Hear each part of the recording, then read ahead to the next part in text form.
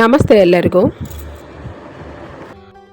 ಇವತ್ತು ನಾನು ರಾಮನವಮಿಗೆ ಅಂತ ಪಾನಕ ಕೋಸಂಬರಿ ಮಾಡ್ತಾ ಇದ್ದೀನಿ.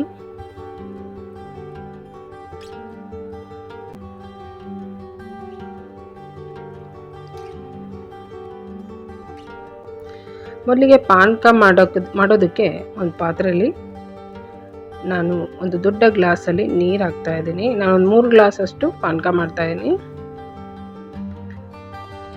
ಒಂದು ದೊಡ್ಡ ಗ್ಲಾಸಿಗೆ 4 ಸ್ಪೂನ್ ಪುಡಿ ಬೆಲ್ಲ ಬೇಕಾಗತ್ತೆ. ಪುಡಿ ಬೆಲ್ಲ ಇಲ್ಲ ಅಂದರೆ ಉಂಡೆ ಬೆಲ್ಲನ ಪುಡಿ ಮಾಡಿ ಹಾಕಿ.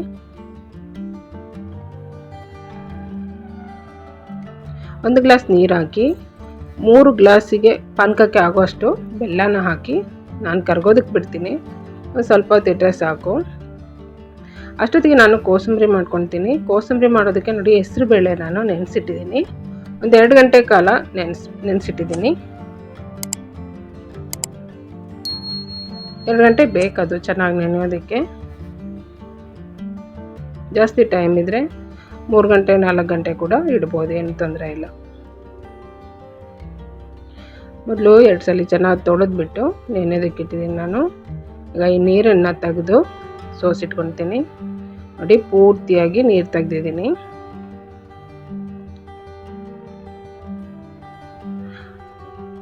ಕೋಸಂಬರಿಗೆ ಒಗ್ಗರಣೆ ಹಾಕೋದಕ್ಕೆ ಬಾಣಲಿಗೆ ಸ್ವಲ್ಪ ಎಣ್ಣೆ ಹಾಕಿ ಮತ್ತು ಸಾಸಿವೆ ಹಾಕಿದ್ದೀನಿ. ಸಾಸಿವೆ ಸಿಡಿಯುವಾಗ ಹಸಿಮೆಣಸಿನ್ಕಾಯಿ ಹೆಚ್ಚಿರೋದನ್ನು ಹಾಕಿ ಸ್ವಲ್ಪ ಫ್ರೈ ಮಾಡ್ತೀನಿ. ಕರಿಬೇವಿನ ಸೊಪ್ಪು ಹಾಕಿ ಸ್ಟವ್ ಆಫ್ ಮಾಡ್ತೀನಿ. ಒಗ್ಗರಣೆ ರೆಡಿ ಆಯಿತು. ಒಗ್ಗರಣೆ ಸ್ವಲ್ಪ ತಣ್ಣಗಾಗಲಿ. ಪೂರ ತಣ್ಣಗಾಗಬೇಕಂತ ಏನಿಲ್ಲ, ಸ್ವಲ್ಪ ತಣ್ಣಗಾದ್ಮೇಲೆ ನೆನೆಸಿರೋಂಥ ಹೆಸರು ಬೇಳೆನ ಹಾಕ್ತಾಯಿದ್ದೀನಿ.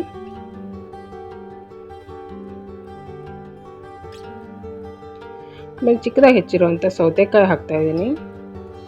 ಚಿಕ್ಕದಾಗಿ ಹೆಚ್ಚಿರುವಂಥ ಕೊತ್ತಂಬರಿ ಸೊಪ್ಪು ಮತ್ತು ಕಾಯಿ ತುರಿ ಹಾಕ್ತಾಯಿದ್ದೀನಿ. ರುಚಿಗೆ ತಕ್ಕಷ್ಟು ಉಪ್ಪು, ಸ್ವಲ್ಪ ನಿಂಬೆ ರಸ. ಇದಷ್ಟನ್ನು ಸರಿಯಾಗಿ ಮಿಕ್ಸ್ ಮಾಡಿದ್ರೆ ಕೋಸಂಬರಿ ರೆಡಿ ಆಯಿತು. ಹೆಸರುಬೇಳೆ ಕೋಸಂಬರಿ. ಇದಕ್ಕೆ ತುರಿದಿರುವಂಥ ಕ್ಯಾರೆಟ್ ಹಾಕ್ಬೋದು ಮತ್ತು ಚಿಕ್ಕದಾಗಿ ಈರುಳ್ಳಿ ಹೆಚ್ಚಿಬಿಟ್ಟು ಹಾಕ್ಬೋದು, ಚೆನ್ನಾಗಾಗತ್ತೆ. ಈಗ ಕೋಸಂಬರಿ ರೆಡಿ ಇದೆ. ನೋಡಿ, ಪಾನಕಕ್ಕೆ ಅಂತ ನಾನು ನೀರಲ್ಲಿ ಪುಡಿ ಬೆಲ್ಲ ಹಾಕಿಟ್ಟಿದ್ನಲ್ಲ, ಅದು ಎಲ್ಲ ಪೂರ ಕರಗಿದೆ.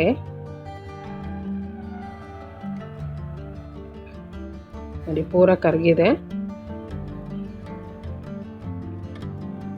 ಅದಕ್ಕೆ ಒಂದೇ ಒಂದು ಚಿಟಿಕೆ ಉಪ್ಪು ಹಾಕಿ ನಿಂಬೆಹಣ್ಣು ಇಡ್ತಾ ಇದ್ದೀನಿ.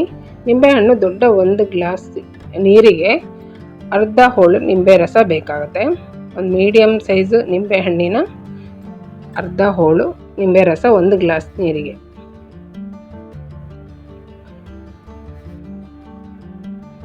ಇದನ್ನು ಸರಿಯಾಗಿ ಮಿಕ್ಸ್ ಮಾಡಿ ನಾನು ಸೋಸ್ಕೊತೀನಿ ಇನ್ನೊಂದು ಪಾತ್ರೆಗೆ.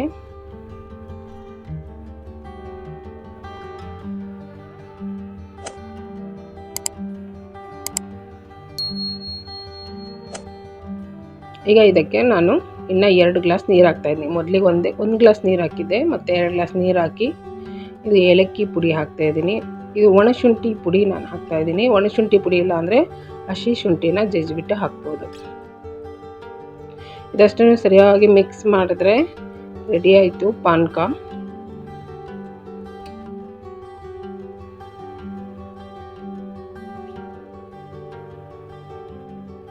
ನೋಡಿ, ಪಾನಕ ಕೋಸಂಬರಿ 2 ರೆಡಿ ಆಯಿತು.